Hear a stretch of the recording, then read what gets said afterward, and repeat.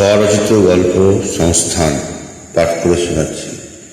তখন বসন্তের বিকেলবেলা, নির্জন প্রান্ত, গোপীনগরের প্রাথমিক বিদ্যালয়ের পিছনের মাঠে একটি বটবৃক্ষের নিচে জ্ঞানানন্দ একান্তে বসে কিছু একটা ভাবছিল। হঠাৎ শুনতে পেল গাছের উপরে পাখিদের কিচিরমিচির আওয়াজ।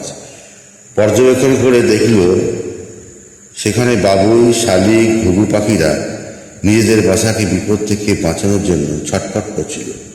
কিন্তু দেখা গেল একটি বড় কালো পাখি তাদের ডিম খাওয়ার জন্য হন্য হয়ে পাখিতে ধাওয়া করছিল। পরিশেষে দেখা গেল ঘুঘু পাখির বাসা থেকে ডিম সংগ্রহ করে ঠোঁটে করে নিয়ে চলে গেল। এরপর পাখিদের কিচিরমিচির আওয়াজ কিছুক্ষণ চলছিল। এটা যে আত্মনিয়ন্ত্রণের এক মহাসংগ্রাম। এইভাবে মানুষের জীবনে আত্মনিয়ন্ত্রণের সমস্যা এবং বর্তমান সরল মানুষের জীবনে এই রকম চিত্রপট সমাজে ঘটে চলেছে প্রতিনিয়ত। মানুষের জীবনটাও ইটকাঠ, পাথর, বালির মতন বিশেষ পদার্থ দিয়ে তৈরি। শিশু থেকে কিশোর, কিশোর থেকে তরুণ এবং পরিণত মানুষ যখন হয়ে ওঠে, তার কত স্বপ্ন পূরণ করার উদ্দেশ্যে ডানা মেলা পাখির মতো শিকার ধরার জন্য উড়ে বেড়ায়। কিন্তু দেখা যায় তার ভক্ষণের খাবারটি শিয়াল বা কুকুরের সিংহ বা খেয়ে চলেছে। উচ্ছিষ্ট অংশটি তার ভাগ্যে লাভ হয়। এতে শিকারী পাখিটি আত্মতুষ্টি পেল না, নিরুপায় হয়ে নিজেকে মেনে নিল যে এটাই তার পাওনা। সেই রকম সুশিক্ষিত যুবকবৃন্দ কর্মসংস্থানের উদ্দেশ্যে এক প্রান্ত থেকে অন্য প্রান্তে ডানামালা পাখির মতো ছুটে বেড়ায় জীবনের লক্ষ্যকে স্পর্শ করার জন্য। কিন্তু দেখা যায় তার যোগ্যতম জীবিকা অর্জন করতে পারছে না। অবশেষে হতাশ জীবন অতিবাহিত হয়, গঠনমূলক জীবনযাত্রা করতে ব্যর্থ হয়। ক্রমশ সিংহভাগ শিক্ষিত যুবক অবকাশ ম্লান হয়ে পড়ে। জ্ঞানানন্দের জীবনে তারই একটা উদাহরণ। সরকার বাহাদুর গণতন্ত্রকে অটুট রাখার জন্য কতগুলি জাদুকরী প্রকল্প তৈরি করে মানুষকে সুরাহা দেয় এবং চমক দেয়। সাধারণ মানুষ তাতেই আকৃষ্ট হয়। তারা প্রকৃত শিক্ষার মূল্যবোধ বোঝে না। সমাজের অশিক্ষিত প্রভাবশালীর অনুগত ব্যক্তিরা সরকারের অনুকল্যাণ কাজগুলি ভোগ করে থাকে। অনুপযুক্ত যুবকরাই সরকারের কর্মখালি পূরণ করে, যার ফলে বর্তমান সমাজের দুরবস্থা।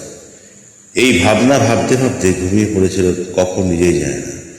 একজন আগন্তুক ব্যক্তি জ্ঞানানন্দের পাশ কাটিয়ে যেতে চিনতে পারল, এ তো আমার সহপাঠী। তখন সে কাছে আসায় ঘুম ভাঙল। জ্ঞানানন্দ হকচকিয়ে উঠে বসল। চোখ কাঁচাতে কাঁচাতে আগন্তুক ব্যক্তিকে দেখে মিষ্টি সুরে বলল, অতনু, তুই এখানে কি করে আসলি? অতনু বলল, আমি মাঠে যাচ্ছিলাম ধানের খেতে। চৈতালি ধান কাটতে মাঠে বাবা এবং আমাদের সহকর্মী হিতেশ কাকু আছেন। তারা দুজনে ধান কাটছে, আমিও তাদের সহযোগিতা করার জন্য খেতে যাচ্ছি। অতনু এবং জ্ঞানানন্দ গোপীনগরের প্রাথমিক বিদ্যালয়ে প্রাইমারিতে একই সঙ্গে পড়াশোনা করেছে। প্রাক প্রাইমারি উত্তীর্ণ পরবর্তী শিক্ষা আলোয় অতনুকে আর দেখা যায়নি। ও চাষির ছেলে। ওদের সুন্দর জীবন চালানোর জন্য উপযুক্ত পরিবেশ রয়েছে, উপযুক্ত চাষ জমি আছে। তার উচ্চ আকাঙ্ক্ষা এই চাষ জমিতে কীভাবে পরবর্তী সময় কীভাবে ভালো চাষ পাবে, এটাই যথেষ্ট। কিন্তু জ্ঞানানন্দ শিক্ষিত পরিবারে একজন 24 বছরের স্নাতক হতবেকার। তার পিতা রঙ্গন বারুই এই বিদ্যালয়ে একসময় প্রধান শিক্ষক ছিলেন। তিনি এখন প্রাক্তন। তার পিতা বসিরহাট থেকে এই গ্রামে শিক্ষকতা করতে আসতেন। তার বাড়ি থেকে কর্মস্থল অনেকটাই দূরত্ব বলে এই গ্রামের বিদ্যালয়ের কাছাকাছি একটি বাড়িতে ভাড়া থাকতেন। এখানেই 40 বছর চাকরি করে 1989 সালে অবসর নিয়ে শহরে চলে যান। কিন্তু জ্ঞানানন্দের শৈশব জীবন এই গ্রামেই কাটালেও তার কাছে গ্রাম্য পরিবেশ উপযুক্ত নয়। কারণ গ্রাম্য পরিবেশ থেকে একটা সম্পূর্ণ মানুষ গড়ে উঠতে পারে না, এটা তার মতে। সব মানুষের জীবনে অনেক উচ্চ আকাঙ্ক্ষা থাকে, সেগুলি গ্রাম্য পরিবেশে পূর্ণ করা যায় না। কর্মসংস্থানের সংযোগ শহর থেকেই গড়ে ওঠে। 16 বছর পার হবার পর জ্ঞানানন্দ এই গ্রামে প্রথম পা রাখল।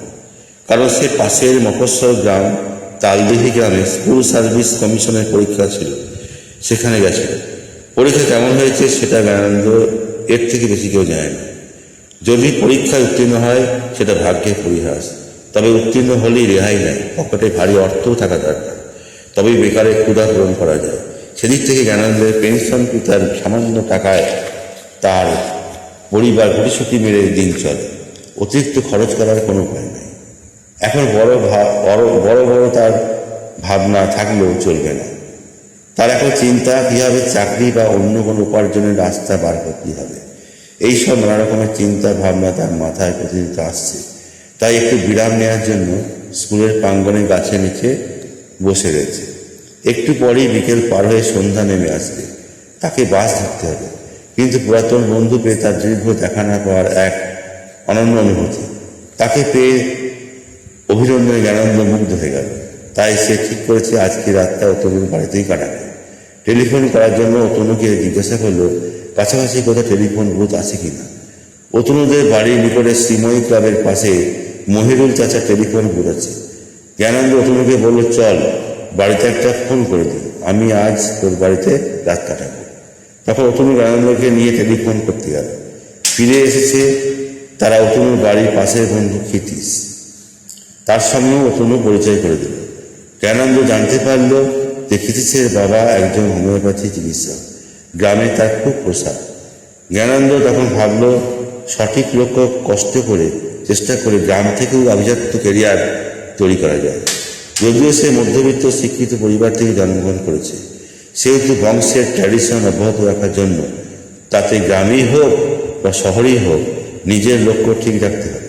এই ভেবে সে নিজেকে প্রতিজ্ঞাবদ্ধ হলো জীবনে ক্যারিয়ার তৈরি করতে গেলে সঠিকভাবে পেশা বেছে নিতে হবে, সেটার উপর পড়াশোনা করতে হবে। তাই সে বাড়ি পৌঁছে সিদ্ধান্ত নিল সে একটা কিছু করবে যা থেকে প্রচুর অর্থ উপার্জন করা যায়। হঠাৎ মাথায় আসলো দেবদেবীর হাতে যে চাঁদমালা দেয়া হয়, চাঁদমালা তৈরি কুটির শিল্প তৈরি করবে। হিসেব করে দেখলো এতে অল্প খরচে প্রচুর লাভ। যদিও স্কুল সার্ভিস পরীক্ষা উত্তীর্ণ হলে ভাগ্যে চাকরি যদি হয় তবেই তো ভালো, নাহলে নিজের জীবনকে আরও প্রসার করতে হলে এই পথই শ্রেয়। এই ব্যবসার পদ্ধতিটা পেয়েছিল যখন সে তার মামার বাড়ি গঞ্জনাপুরের বন্ধু আজাহুল হকের বাবা একটা বিশাল কাগজের মোড়ক কারখানা আছে। মামার বাড়ি গেলে সেখানে ওই বন্ধুর সাথে কারখানা যেত। বন্ধু আজাহুলের বাবার কাছ থেকে ব্যবসার সব কিছুটা চেয়েছিল, তাই সেই কাগজের মোড়কের ব্যবসার মধ্যে চাঁদমালা ব্যবসাটাই চুজ করে নিল। এটা একটা সৎ ব্যবসা। এই ব্যবসার মধ্য দিয়ে মধ্যবিত্ত আভিজাত্য জীবনযাপন করা যায় এবং খুব সম্মানের সঙ্গে। তারপরে তার দুজন বিশ্বস্ত সহকর্মী মনিরুল এবং ভঞ্জনকে নিয়ে চাঁদমালার ব্যবসা শুরু করল। তার মায়ের ডাকঘরে জমানো 5,000 টাকা এবং বাবার কাছ থেকে 7,000 টাকা, মোট 12,000 টাকা নিয়ে উন্নত ধরনের কাগজ গঞ্জনাপুর থেকে কিনে নিয়ে আসলো। সেই কাগজ সুন্দর করে ভাঁজ করে বিভিন্ন ফুল, তারা, বোতাম আকারে ছোট ছোট করে কাটলো। তারপর একটি পেপারকে কাটিং করে কেটে চাঁদের আকারে বসিয়ে তার মধ্যে বিভিন্ন রঙিন নকশা কাগজ আঠা দিয়ে বসিয়ে দিল এবং কাগজের চারদিকে দেশলাই কাটিয়ে আঠা দিয়ে লাগিয়ে শক্তপোক্ত করলো। এরপর প্রতিটি চাঁদের নিচে সোলার পুল অথবা সোলার বল লাগালো এবং একটার সঙ্গে আরেকটা চাঁদের সঙ্গে সুতো দিয়ে জুড়ে দিয়ে হলো। এভাবে 5টি করে চাঁদ নিয়ে একটা মালা তৈরি করে ফেললো। এইভাবে সে পরপর 100টি চাঁদমালা তৈরি করল। এবার তার ওই চাঁদমালা সরবরাহ করার জন্য বসিরহাট বাজারে এবং তার পাশাপাশি মফস্বল বাজারগুলিতে অর্ডার নিয়ে আসে। প্রথম দিনেই তার 150টি মালা অর্ডার পেল। ডজন হিসেবে তার মালার দাম পড়ল 48 টাকা। এতে তার খরচ হয়েছে প্রতিটি মালা পিছু 3 টাকা 20 পয়সা। অতএব ডজন প্রতি চাঁদমালার লাভ হলো 6 টাকা। এতে সে প্রথমেই বুঝলো খুব লাভজনক ব্যবসা। এইভাবে এই ব্যবসাটি আগ্রহের সাথে করতে লাগলো। আজকের সময়ে 11 বছর ব্যবসা চলছে এবং চাঁদমালার সাথে সাথে বিয়ের টোপর, আরও সুন্দর সুন্দর সোনার মোড়ক তৈরি কারখানা হলো। ব্যবসা আরও বাড়ল। সারা দেশে, এমনকি আমাদের প্রতিবেশী দেশ বাংলাদেশেও এই পণ্য রপ্তানি হতে লাগলো। এখন ওই কারখানায় 250 জন কর্মচারী কাজ করে। তাদের প্রত্যেকে বেতন প্রত্যেক 375 টাকা। এখন বসিরহাট শহরে জ্ঞানানন্দ একজন সম্মানী বড় সৎ ব্যবসায়ী বলে পরিচিত হল। সরকার কর্মের সংস্থান না করতে পারলেও জ্ঞানানন্দ এর মতো একজন সুশিক্ষিত বেকার যুবক তার সুচিন্তিত পরিকল্পনায় অসংখ্য মানুষের কর্মসংস্থানের পথ খুলে দিল এবং তার ব্যবসার সাথে প্রচুর মানুষের বেকারত্ব মুক্ত হলো। এই কারখানার পাশাপাশি অনেক ছোট ছোট খুচরো দোকান গড়ে উঠল। তারাও প্রযুক্তি কর্মসংস্থান খুঁজে পেয়েছে। এইরকম জ্ঞানানন্দের মতো বুদ্ধিমান শিক্ষিত মানুষ যদি সমাজে থাকে, তাহলে সমাজের মানুষের আর্থিক দিক থেকে দরিদ্র বা মধ্যবিত্ত পরিবারগুলি স্বাবলম্বী অবশ্যই হবে। সরকার অনুদানের উপর মানুষ যদি তীর্থের কাকের মতন প্রতীক্ষায় থাকে, তাহলে কখনোই সেই সমস্ত মানুষের জীবনের মান উন্নয়ন হবে না। এর সাথে তাদের আর্থিক সমস্যার সমাধান হবে না। অতএব প্রতিটি মানুষের প্রকৃত শিক্ষার সাথে উপযুক্ত সময়কে কাজে লাগিয়ে স্বাবলম্বী হওয়া